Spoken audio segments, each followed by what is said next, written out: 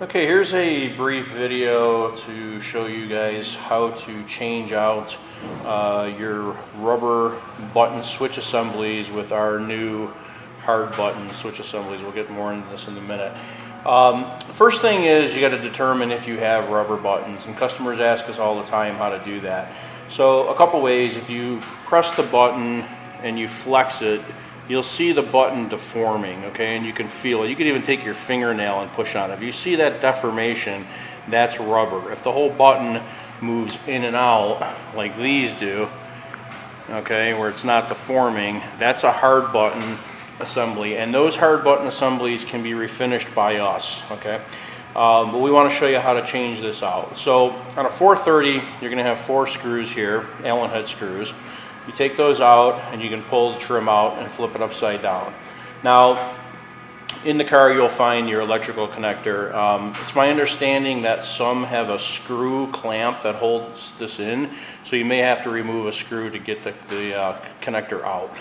So obviously we only have one side of the connector here. The other side is going to push in here, and a little lock is going to go over this tab and click down. You'll have to pry up the little lever to get it free from the lock to separate the connector.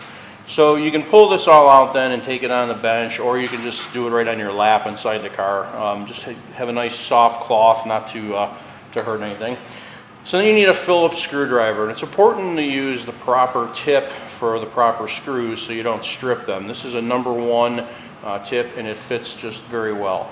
So we'll start off by removing these screws. Now, if you lose one of these screws or whatnot, don't worry, because our new assemblies are going to come with 4 new screws and actually 4 little retaining washers as well. It's always best not to lose the parts and drop them in your console, but if you do, you don't have to worry because there'll be extras.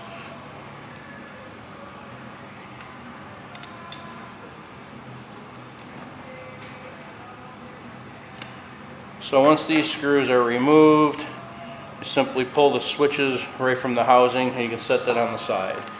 Now you'll take our new switch assembly and harness. It comes turnkey. It'll be the full switch assemblies, the electrical connector. If your car has launch control, it'll have a 3rd switch. So no big deal here. So we're going to take the reverse first. Now there's a little bevel in the trim here that fits on these mounting tabs. You just want to slide that in, okay? Now I should mention that this is a little tighter fit here than what you're going to experience, because we did make a slight design change on the housing so that there's a little more clearance. When inserting the screws, you want to be sure that you don't cross thread. So you make sure you get a good start before you start, driving the screw home.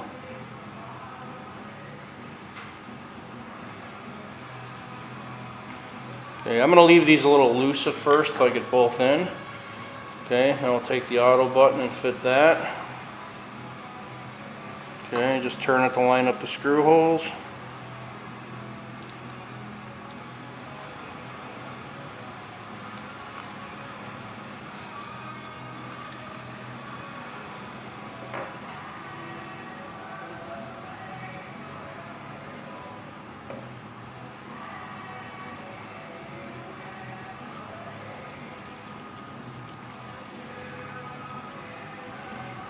Okay, now I'll secure these down.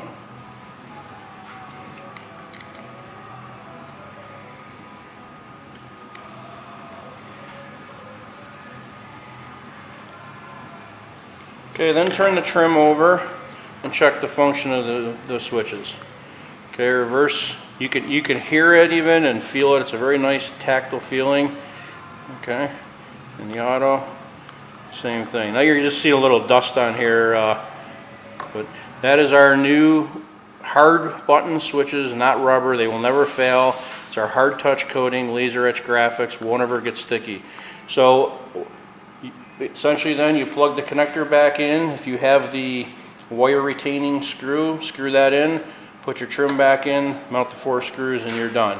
Now in a 530, it's similar but different. The same exact switch assemblies get used on a, I'm sorry, I said 530, a 599. Same exact thing, although the 599 trim is held in the console with clips. Okay, so there's spring clips on all 4 corners. What you want to do is you want to tape this off with some masking tape and potentially tape off your console and use a small pry tool. I'm just demonstrating with a screwdriver, but you want to get in between that seam in these 2 places and these 2 places and pop that trim off. When you pop it off, same thing, flip it over. Now this has got a couple extra connectors for the hazard in the open that you can certainly remove if you want to take this out of the car. But again, you might be able to do this right on your lap. This also has a couple of trim components.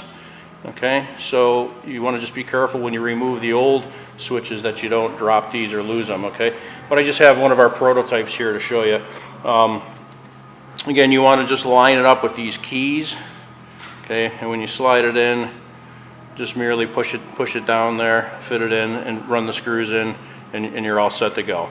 Same thing when you're all done, flip it back over, obviously plug the connectors in, and just pop the unit back in, and you're all set. Thanks for watching, guys.